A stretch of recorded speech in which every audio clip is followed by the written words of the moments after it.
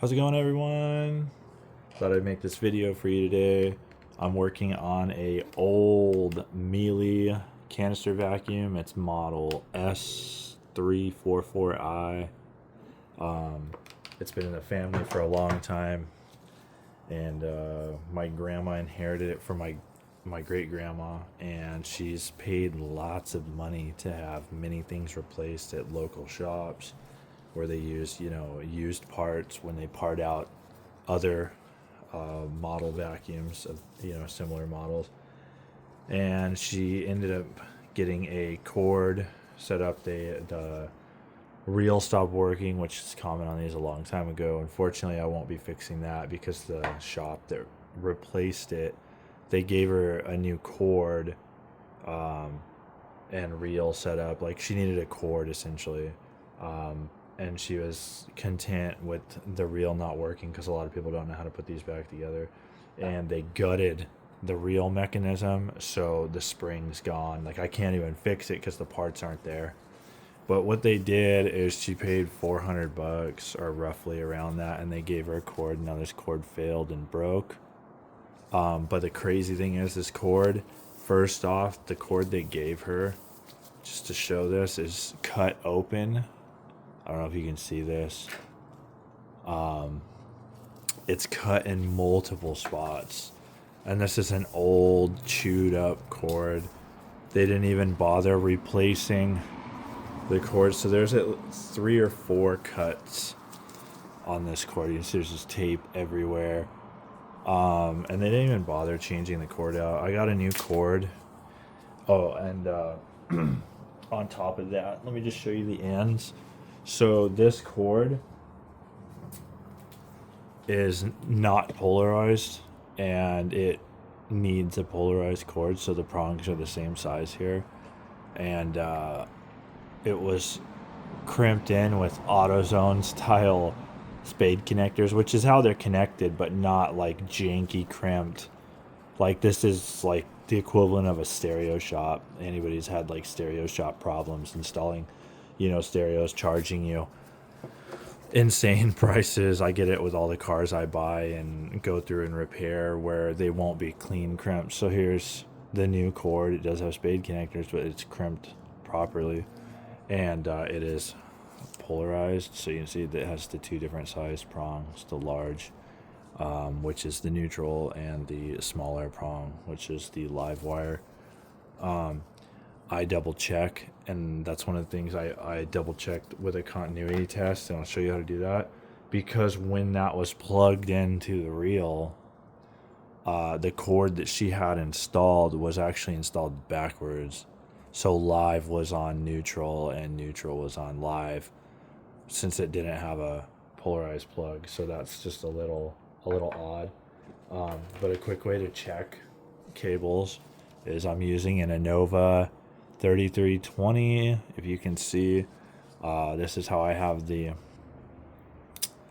cables set up here. And then all you're gonna do is change it to continuity. Down here, it's like the Wi-Fi looking signal, and essentially touch each end of the cord.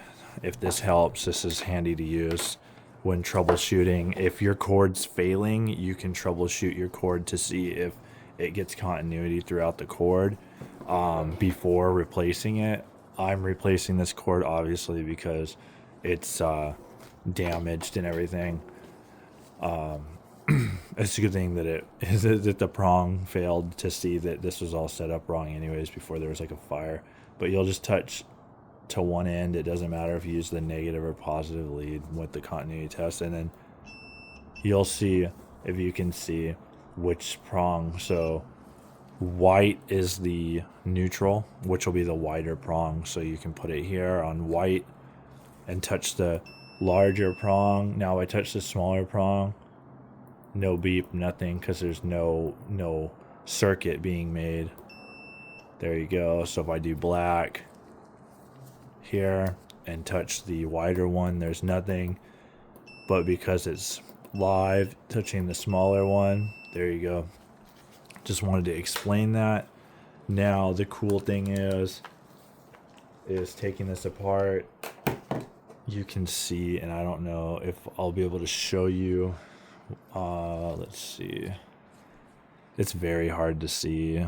So essentially, there is, you'll just have to take my word for it. Well, let me grab a flashlight.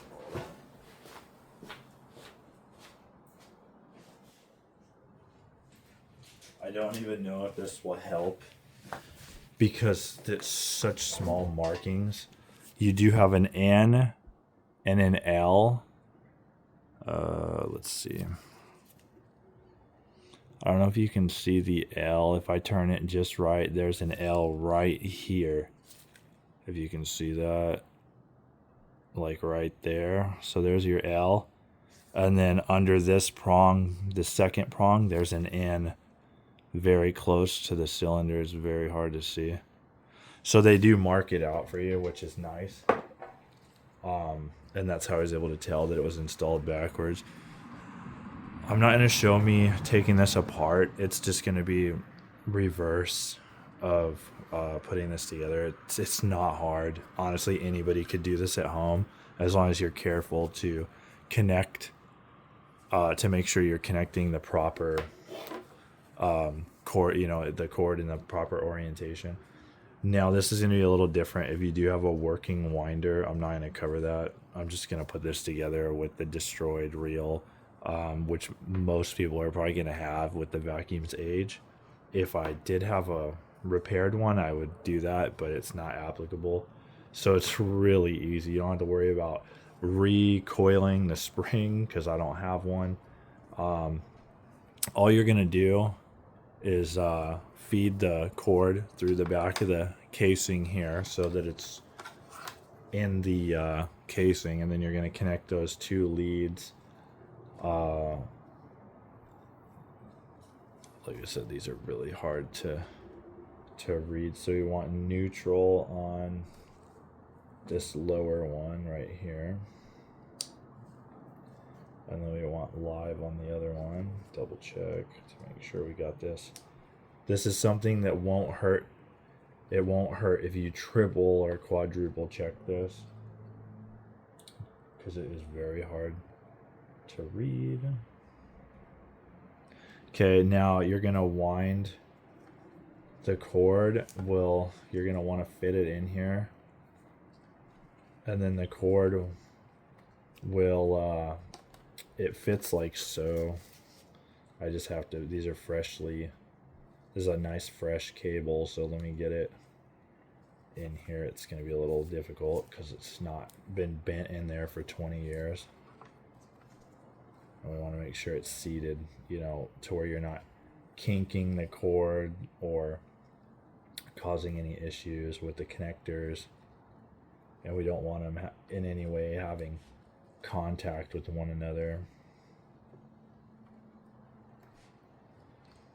So I believe that'll do it right there. We'll check fitment. Let's see if I can zoom in just a wee bit on this. So as you can see, the live is sticking out a little. There's no way, because the spade is going to stick out the way it's designed.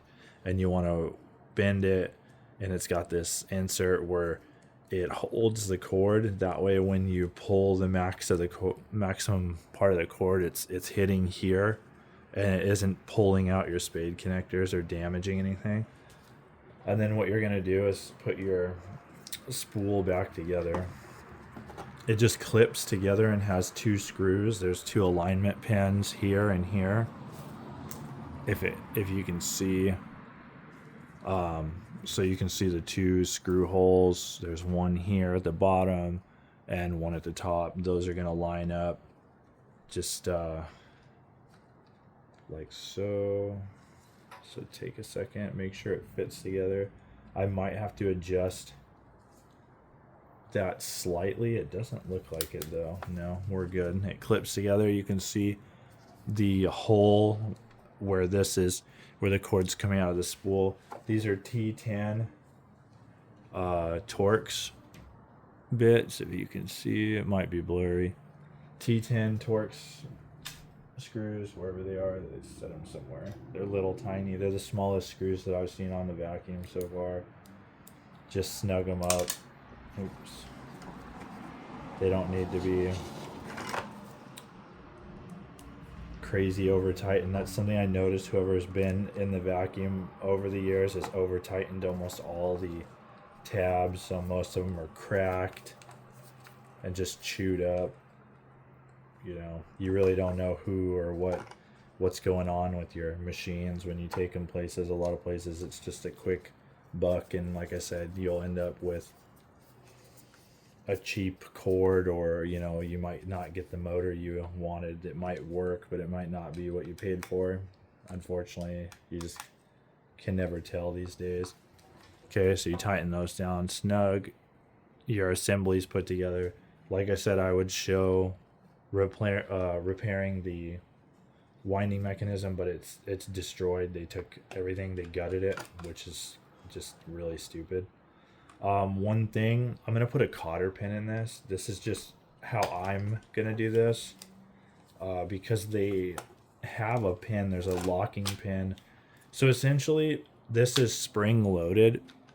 I don't know if you can see this. When I can push this down, and that's how power is transferred to the actual vacuum. You can see the contacts that are greased right there, and then you can see the two where those spade connectors connected. They connect to these two springs, and these two springs are what transfer power to the actual vacuum through this reel mechanism. That's what allows it to wind.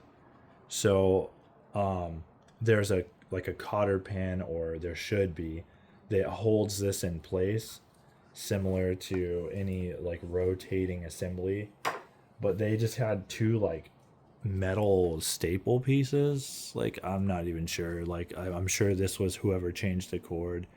If you can see, just two janky staple pieces. I'm gonna pause this and go grab a cotter pin. I have things like that on hand because I build cars. Give me one sec. Alright, so you can buy these at like AutoZone or Harbor Freight. These are just some loose ones I have. I'm gonna go ahead and use this little tiny one. It fits perfectly. If my camera would focus, you can see. And essentially what you do with cotter pins is you'll put it through like so, and then you'll take some pliers and grab this long piece. You can see one's longer, and then you'll just curl it back around, pretty much roll the plier a little bit. And I just tested, it'll fit fine, so we're gonna put it through this hole. Now this might not be applicable to you because you might be working with a nice fully functional vacuum. You might have that luxury of, you know, having the proper equipment and everything on here. But if you are bringing one of these back from the dead, or you're in the same situation where you no longer have the reel assembly functioning, this is what you would do. So you can see I stuck it through and it's lowered this nice. And then what we're gonna do is just take that longer side and bend it around like so, gently. I mean, these bend pretty easily. I'm trying to show this on camera, like so. And a lot of people will leave this out. I'm just gonna go ahead and bend it the other way a little bit with the smaller prong. Depending on the application, they'll only bend one side, and then you're left with this, which is much better than what was on there, and it still spins freely, and it's nice and snug if you know, if you need to do this. Now this is held in by one screw, and then you connect the power connector. Really easy stuff. So you'll orient this like so that the cord's coming out the back. This right here is what you see in the cord assembly.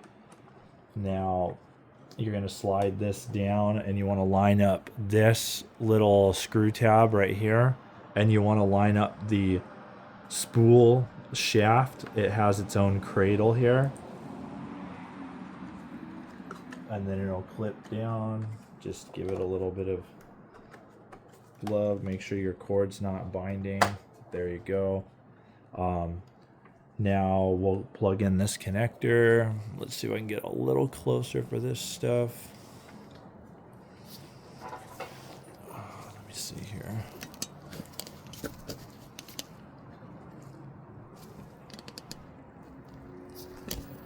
see if that helps out. So here's your connector. It's the left connector. At least on this model. I mean, it's very obvious. You can see this connector goes to the motor, this connector goes to the spool. You're just gonna pop it in.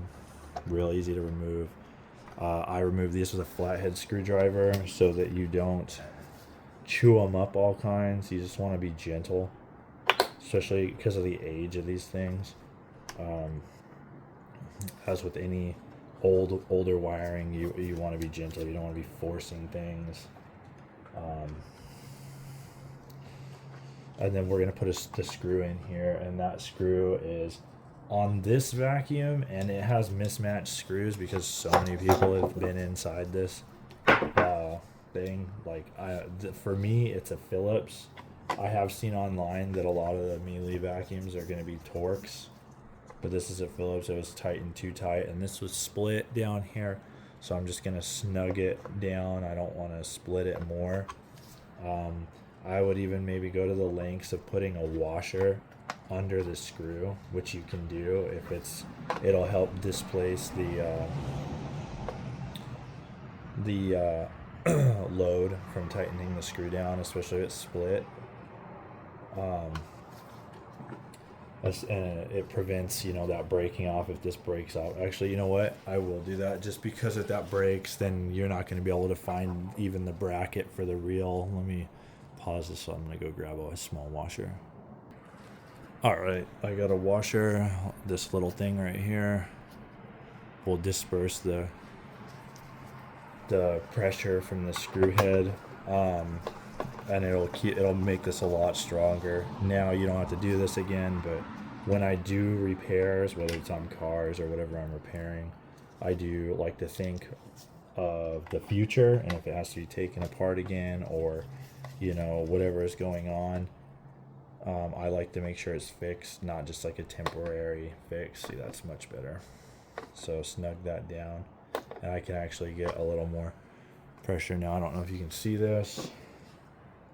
You can see where it was split, and now I've got this washer that disperses the tension there. So that's nice and solid. This is in here. I'm going to check the screws for the motor just to be safe.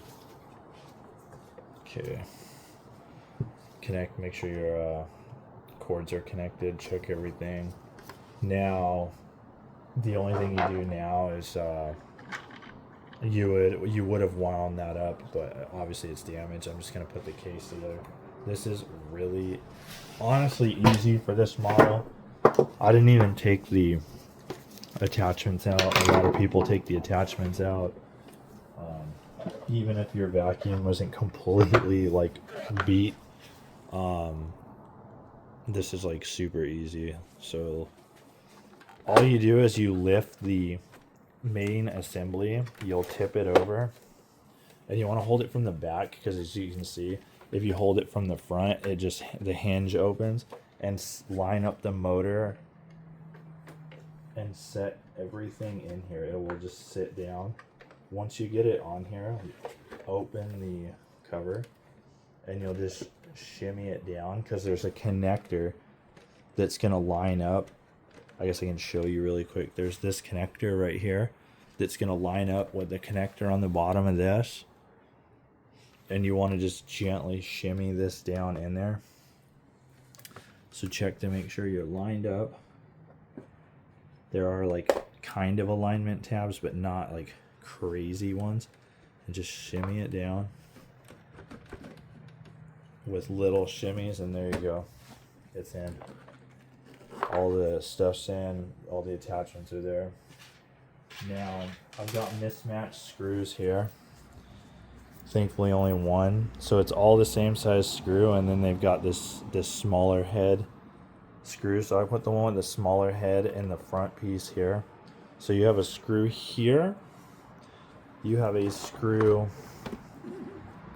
here, you have a screw here. You can see they broke this one too. Well, you probably can't see. There's one over here. You can see that split in it. There's that one. So there's three. And then you have one in the back here, 4, underneath the control board, and I'll show you that in a minute. And then one in this deep like where it's dark right here, there's a deep one down there, which is 5. So there's 5 screws holding this case together on this model. So let me put that together. And these are all Phillips on this model, unless these have obviously, if these were changed by somebody else, that might not be 100% accurate. They might be Torx screws, but there's 5 of them.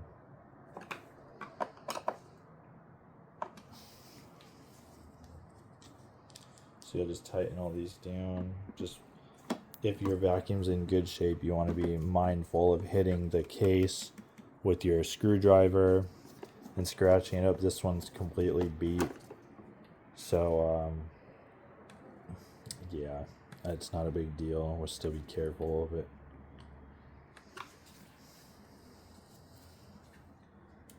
Look at this one over here.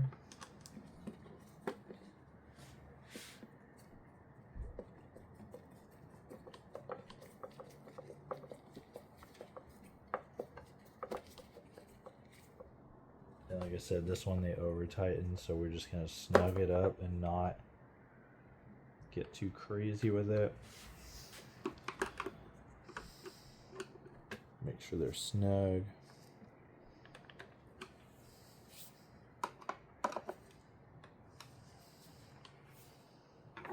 And then we got that last one that's the screw that somebody's mismatched. And we'll put that in the front here under the filter. It might help to have a stubby screwdriver for some of these. These are kind of in awkward spots. I mean, if you're careful, it's not that big of a deal, but and if you don't feel comfortable, you could take the cover off. It just unclips. I'll show you how to do that really quick for those that aren't comfortable with removing the unit as one piece. It's really easy. So there's the 5 screws that hold the case together. If you want to remove the cover, it's real easy. Let me see if I can get close enough to show you this.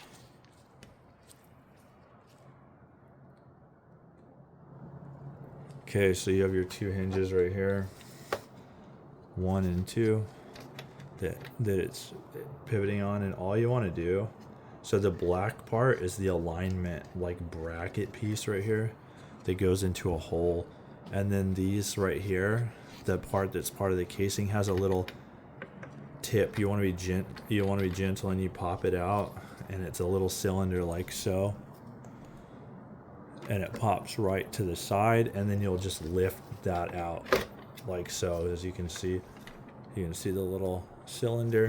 The same thing over here. Once you have one out, they both come out, and boom, there you go. And then to put it back in, you're just gonna line up the 2 outer tabs like so, slide it down, push these to the side. You could forcefully just slide it down, or if you want to make sure you don't break this old plastic, just pull them back out a little, and then boom, there you go. Simple as that. Now your filter goes in like, well, here, let's do the rear case, or the power control unit, or I guess the brain, or whatever you want to call it. So this would obviously be easy to access if I left the top off, but it's not a big deal. This connects, you just push it down. It has, the connector here that goes down in here. See if I can show you that. So down in here is your connector, as you see. And all it does is there's a lip, like there's pretty much like pop clips, tabs, these like lock in. So I found the easiest way to do this is to start the back side. So get it in there, start the back side a little, you'll feel it, get it lined up, and then get it started, and then just push down gently. It is, I noticed on this one, it's kind of a tight fit. You have to jiggle it a little bit, but it will go in Is it down? It might already. Okay, so it went down so easily that I didn't even realize it was down. The first few times I removed it, it was hard to remove. And then to put this in, there's 2 screw holes down in here. There's one right there, and there's one right here. I don't know if you can see down there. Yeah, right above this auto reverse switch. There's that hole. And then right, pretty much just near where these seams are, there's one down in there. And those are going to be Phillips. They're shorter screws than what hold the case together. Take your time. You can do this without chewing up the vacuum cover. Like I said, there's plenty of room. Just snug them down. Don't break the plastic. Like I said, all the attachments are still in the vacuum, so you can save yourself the drama of having to gut the vacuum to do these repairs. And it would be the same thing as a motor. A motor would have been, you disconnect the right connector down inside the mechanism and unscrew the motor, and boom, you know, it's real simple. Those are tightened down. Now we'll put the filter in.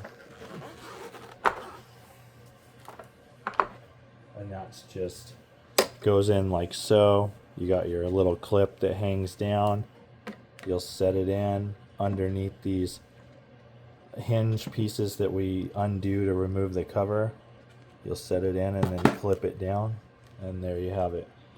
Your vacuum bag slides in. Obviously, if you're using this vacuum or doing this repair, you know how your vacuum bag is installed. Slides in, goes down, and then you'll close your assembly, and there you have it. It has a new cord. Obviously this cord's not going to reel in, as I've explained throughout the video, but it does have a new cord now that's correct.